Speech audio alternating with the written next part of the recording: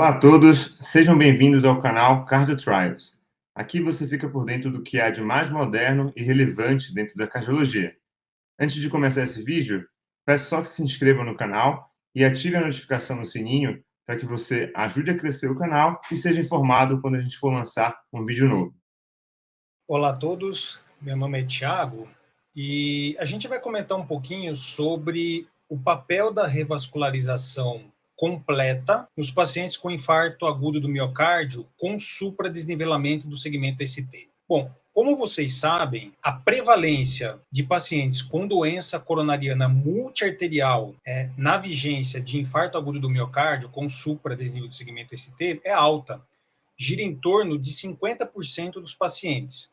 Então, será muito comum você atender um paciente com infarto agudo, com supra de ST, e esse paciente não ter apenas a lesão na artéria culpada, mas outras lesões em outras artérias. Bom, e o racional fisiopatológico para eventualmente mexer ou não mexer na artéria não culpada pelo infarto é que supostamente essas lesões não culpadas, elas têm placas morfologicamente instáveis e que poderiam, portanto, agregar mais risco cardiovascular ao paciente. Além disso, é importantíssimo que você saiba identificar esta situação no contexto do paciente hemodinamicamente estável ou no paciente hemodinamicamente instável, ou seja, em choque cardiogênico. Do ponto de vista da literatura, nós temos diversos trials que avaliaram esse contexto, porém, eu cito aqui os 6 principais ensaios clínicos até hoje realizados com pacientes com DAC multiarterial e infarto agudo do miocárdio com supra de ST.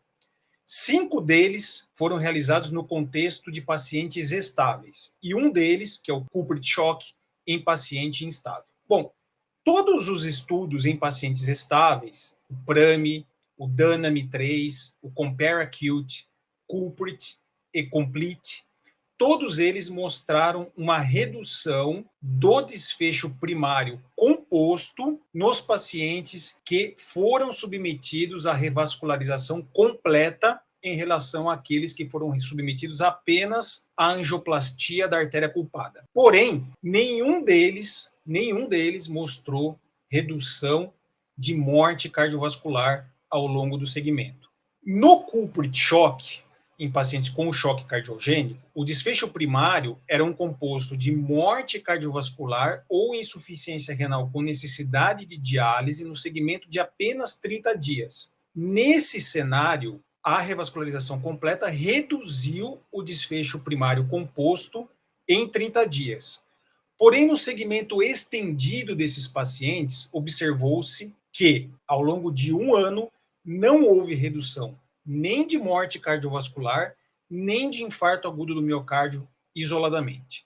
E aí eu quero me ater não aos aspectos positivos dos estudos, que é o que todos normalmente fazem, mas às limitações metodológicas dos mesmos. Então eu enumerei aqui 7 limitações metodológicas desses estudos.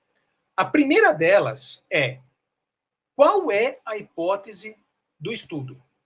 O objetivo do estudo é avaliar o tratamento do infarto, é avaliar a reperfusão da artéria coronária, é avaliar a evolução do infarto ou avaliar a evolução da lesão não culpada? Porque isso não fica claro. A partir do momento que eu estendo o segmento, no longo prazo, eu não estou com isso avaliando revascularização completa versus apenas da artéria culpada no contexto de um infarto com supra. A gente tem que entender que neste cenário de infarto com supra, a população estudada é de uma população com necessidade de um tratamento de emergência. Mas os ensaios, eles avaliam os desfechos no segmento de longo prazo. Então, há uma certa incoerência entre o objetivo do estudo e o que é de fato estudado. A segunda limitação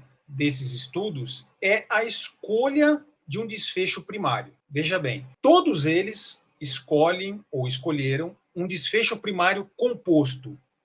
E o desfecho primário composto baseia-se na premissa de que cada componente do desfecho é intercambiável, o que, de fato, na prática, raramente acontece. Veja bem, o desfecho mortalidade, ele não tem o mesmo peso que revascularização adicional. Não são desfechos com o mesmo peso, com a mesma importância.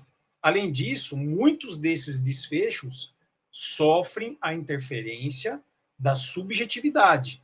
Revascularização adicional, aumento de hospitalização por angina, aumento de hospitalização por insuficiência cardíaca, são desfechos passíveis de vieses.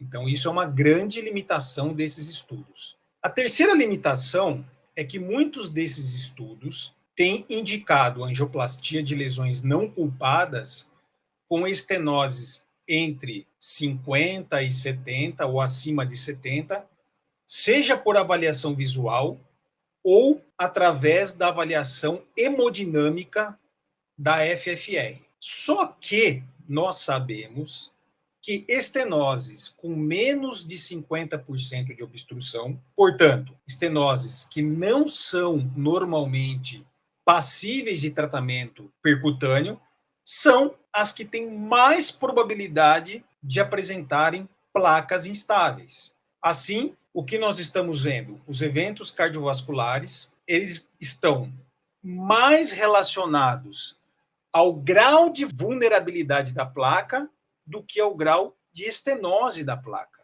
E isso já é de conhecimento amplo por todos nós cardiologistas. Mas não é o que, de fato, esses estudos avaliam. A quarta limitação que é importante nesses estudos é que muitos estudos de história natural, têm demonstrado que o risco de eventos cardiovasculares em lesões culpadas e lesões não culpadas não é diferente. Então, esses dados mostram que a revascularização completa ela pode não ser a estratégia preferida em pacientes com infarto com supra e doença multivascular. Além disso, a maioria das lesões não culpadas responsáveis por eventos cardiovasculares futuros são angiograficamente não significativas quando são avaliadas no estudo inicial. Isso é de fato e notório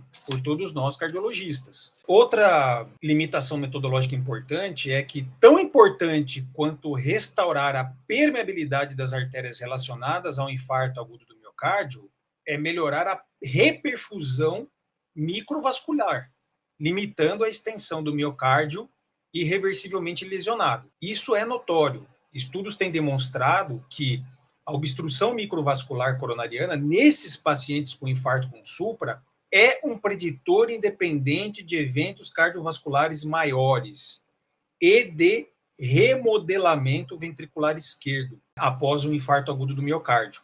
Portanto, o nosso foco não deveria ser o tratamento da lesão epicárdica estenótica, mas sim a melhora do tratamento microvascular com a melhora, com a otimização da terapêutica cardioprotetora nesses casos. Outra limitação importante que vale a pena ser mencionada é que muitos dos pacientes com infarto agudo do miocárdio, com supra de ST, são pacientes idosos que apresentam, boa parte deles, insuficiência renal, fibrilação atrial, doença arterial periférica, disfunção diastólica do ventrículo esquerdo, hipertensão arterial muitas vezes graves.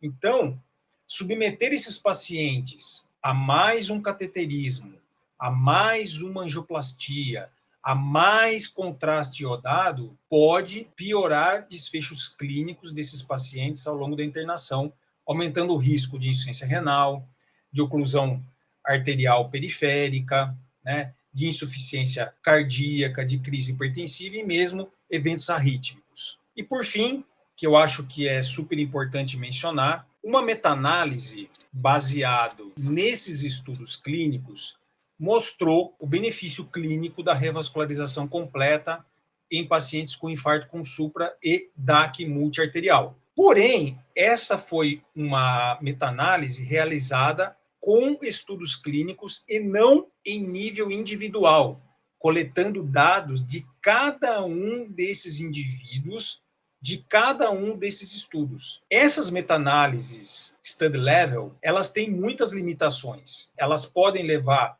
à notificação de resultados estatisticamente significativos, apesar da eficácia limitada do tratamento. Os intervalos de confiança dessas meta-análises são muito estreitos em comparação com a variabilidade dos resultados de tratamento encontrados. Meta-análises baseadas na literatura não são um instrumento confiável de medição. E lembrando que essas meta-análises, elas fazem um cálculo da média da diferença entre os estudos. Isso é importante porque esse dado leva à perda de informações importantes e, obviamente, a resultados tendenciosos e enviesados. Então, o mais correto seria a realização de uma meta-análise, incluindo indivíduo por indivíduo de cada um desses ensaios clínicos. Aí sim teríamos um resultado mais robusto e menos sujeito a viés. Bom, então a mensagem que nós do Cardio Trials gostaríamos de passar para vocês é que as limitações desses estudos, elas são evidentes, embora esses estudos tenham mostrado resultados positivos, mas o mais importante, e que é o que você deve levar para a sua prática clínica, é que o cuidado do seu paciente ele deve ser ainda assim, neste contexto, individualizado. Você vai ter que pesar o risco e o benefício de uma angioplastia adicional para o seu paciente nesse contexto. É isso aí, pessoal. Um grande abraço a todos e até a próxima. Obrigado por assistir esse vídeo do Cardio Trials. Se você gostou, curta e compartilhe esse vídeo. E também deixe seus comentários, perguntas, dúvidas e sugestões, que para a gente é super importante. Até a próxima!